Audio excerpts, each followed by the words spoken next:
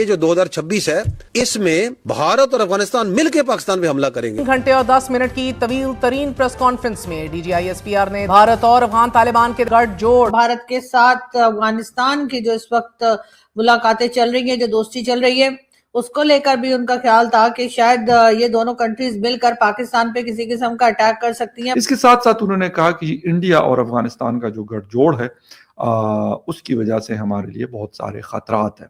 अफगानिस्तान के अंदर इंडियंस को रिस्पेक्ट दी जाती है, पाकिस्तानियों को इतनी नहीं दी जाती है, ऐसा क्यों है? उनका और ये अफगानिस्तान और इंडिया का तो मोहब्बत है, सही है। कब पैदा हो गई? ये बहुत देर से है ना, सालों सालों से ये दोस्ती ऐसी ही कायम है। अफगानिस्तान के बच्चे बच्चे से पूछो हिंदुस्तान के बारे में तो वो प्यार मोहब्बत की कहानी आपको बताएगा। कोई बताएगा कि ये जो हाफिज सईद और मसूद अजहर सर, ये सब लोग जो यहाँ बैठे हुए, जिनके ऊपर भारत ने अटैक किया था, जिसके बाद आप लोगों को बहुत बुरा लग गया था कि भारत ने अटैक क्यों किया है, तो आप बताएंगे कि अगर ऑपरेशंस आप सिर्फ और सिर्फ KPK में ही करते चले जा रहे हैं, बकौल आपके कि वहां पर टेररिस्ट हैं, तो फिर पंजाब में ऑपरेशन क्यों नहीं होता? बेकारी है ना, पाकिस्तानी बेकारी है और हिंदुस्तान को पता है, और हिंदुस्तान तो बाप है। पंजाब से ऑपरेशन शुरू क्यों नहीं किया जाता?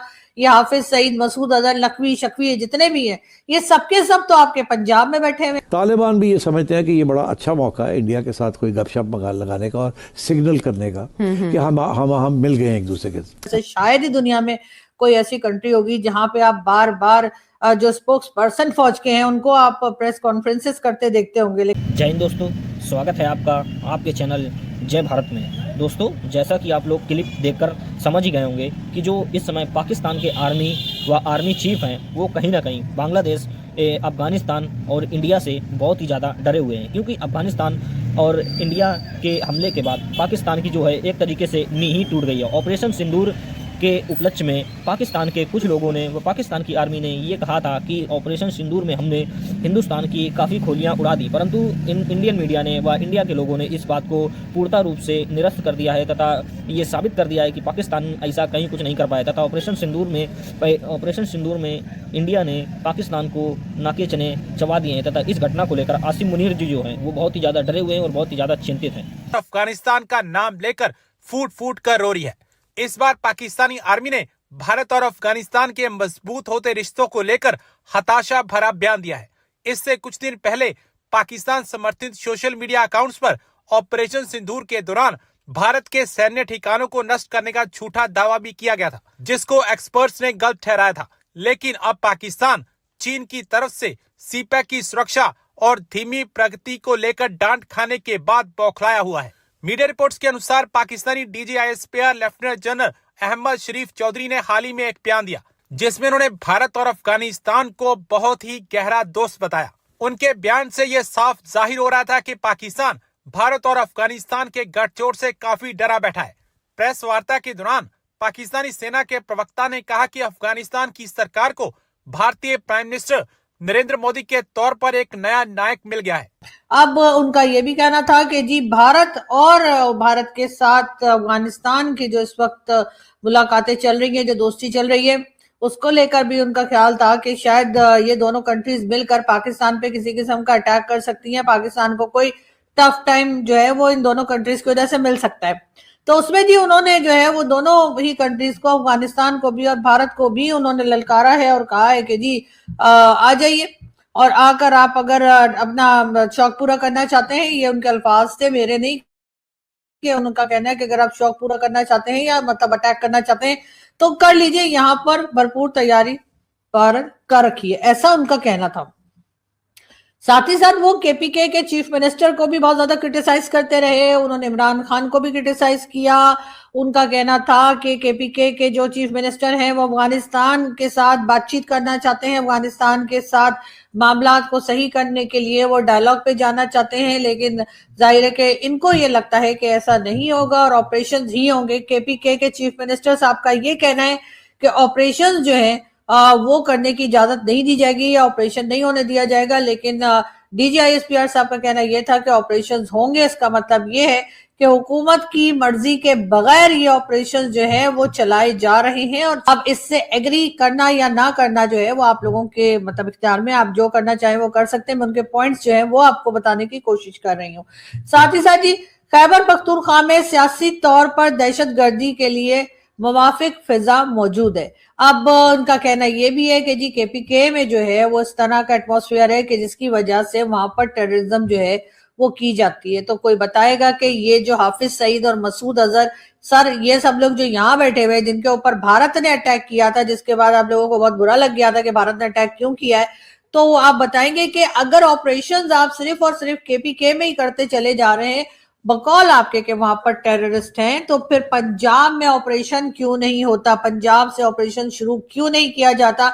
ये हाफिज सईद, मसूद अजहर, लखवी शखवी जितने भी हैं, ये सबके सब तो आपके पंजाब में बैठे हुए हैं, लेकिन आप यहाँ पर ना तो ये कहते हैं कि यहाँ पे टेररिस्ट मौजूद हैं और ना ही आप उनके ऊपर किसी किस्म का ऑपरेशन करते हैं। बड़ी मुश्किल से टीएलपी जो है यानी कि तहरीक लब्बैक वालों को आपने कहीं गायब शायब कर दिया है, उसमें भी बताया नहीं जा रहा कि वो लोग जिंदा हैं या नहीं, खासतौर पे उनके लिए चलाए जाएंगे। पूरी की पूरी जो प्रेस कॉन्फ्रेंस थी वो केपीके को लेकर थी खास तौर पे, और जो डीजीआईएसपीआर साहब है उनका कहना ये भी था कि केपीके की गवर्नमेंट जो है वो जो दहशतगर्दी या टेररिज्म जो हो रही है केपीके में वो खुद करवा रही है। ये इल्जाम भी उन्होंने केपीके की गवर्नमेंट के ऊपर लगा दिया। उसी के साथ साथ अगर हम बात करें आगे के और क्या क्या वो कहते रहे, तो वो भी थोड़ी से मैं आप लोगों को चीजें बताती चलूं कि अब सवाल ये पैदा होता है कि 2025 में टेररिज्म के 80% यानी 80% 80% जो वाकयात या जो अटैक्स हुए केपीके में वो क्यों हुए, इसकी वजह यह है कि वहां पर सियासी, मुजरिमाना और दहशतगर्द अनासिर का गठजोड़ है। यानी कि डीजीआईएसपीआर साहब का कहना यह है कि 2025 में जो टेररिज्म के अटैक्स हुए हैं उसमें 80% जो है वो केपीके में हुए, और उसकी रीजन ये कि वहां पर चाहे पॉलिटिकल या फिर कह लीजिए मुजरिम यानी कि क्रिमिनल्स और दहशतगर्द यानी टेररिस्ट जो है उनका गठजोड़े वो सब मिलकर वहां पर हैं। ये कहना है डीजीआईएसपीआर साहब का। लीडर्स जो है साद रिजवी वगैरह वो कहाँ पर है, लेकिन ये भी तो पंजाब के ही लोग हैं, तो इसका मतलब है अगर वो टेररिस्ट हैं तो पंजाब भी जो है वो भी टेररिस्ट जो है उनसे भरा पड़ा है। तो इस बार ऑपरेशन आप जो है वो केपीके के बजाय आखिर पंजाब से शुरू करने को राजी क्यों नहीं हो रहे, जिसकी बार बार केपीके के लोग डिमांड कर रहे हैं। अब एक तरफ ये भी कहा जाता है कि चाहे वो बलूचिस्तान के लोग हो, चाहे केपीके के लोग हो या फिर आजाद कश्मीर या पीओके के लोग हो, उनको एक सेकंड क्लास सिटीजन के तौर पर डील किया जाता है और इसीलिए इस किस्म की बातें उनके साथ की जाती है कि कभी उनको टेररिस्ट कहा जा रहा है तो कभी उनकी बात नहीं सुनी जा रही। दूसरी तरफ अफगानिस्तान में कोई हुकूमत नहीं है, लेकिन वो खुद को जो है केयर टेकर गवर्नमेंट कहलाते हैं, ऐसा कहना है डीजीआईएसपीआर साहब का। तो सर उनकी गवर्नमेंट भी तो हमने ही बनाई थी, वरना तो अच्छी वाली अशरफ गनी साहब की गवर्नमेंट चल रही थी, और उसके बाद जो है पाकिस्तान ने वहां पर इंटरफेयर करके और जो टीटीपी है और उसके साथ जो झगड़ा चल रहा है वो तो उस वक्त भी चल रहा था, लेकिन पाकिस्तान ने जो इंटरफेयर करके तालिबान की हुकूमत बनवाई उसके बारे में आपका क्या कहना है? और वो भी आप ही के महकमे के लोग थे जिन्होंने सब कुछ किया था, लेकिन कुछ ये बताएगा कि इस वक्त पाकिस्तान में किसकी हुकूमत चल रही है? कई लोगों का सवाल ये भी है, क्योंकि लोगों को ये भी समझ नहीं आ रही कि इस वक्त पाकिस्तान को चला कौन रहा है। साथ ही साथ जो है वो डीजीआईएसपीआर साहब का कहना ये था, दहशतगर्दी की जंग पाकिस्तान के अवाम और कौम की जंग है। जी कौम और अवाम को तो प्लीज आप बाहर ही रखिए, इसलिए कि अवाम का कोई लेना देना नहीं है। ये जो सो कॉल्ड दहशतगर्दी की जंग या वॉर ऑफ टेरर में आप लोग गए, वो आप अपनी मर्जी से गए थे, अपने पैसा कमाने गए थे। आई होप आपने वीडियो में एंजॉय किया होगा। तो ऐसे ही वीडियो देखने के लिए सब्सक्राइब कीजिए जय भारत चैनल को। हमारे चैनल पे आपको Pakistani actions, Pakistani girls reactions, Pakistani media reactions, Pakistani funny reactions, Pakistani cricket update, Pakistani lasted update व पाकिस्तान की छोटी बड़ी न्यूज़ हमेशा मिलती रहेगी। तो मिलते हैं नेक्स्ट वीडियो में, जब तक के लिए जय हिंद जय भारत।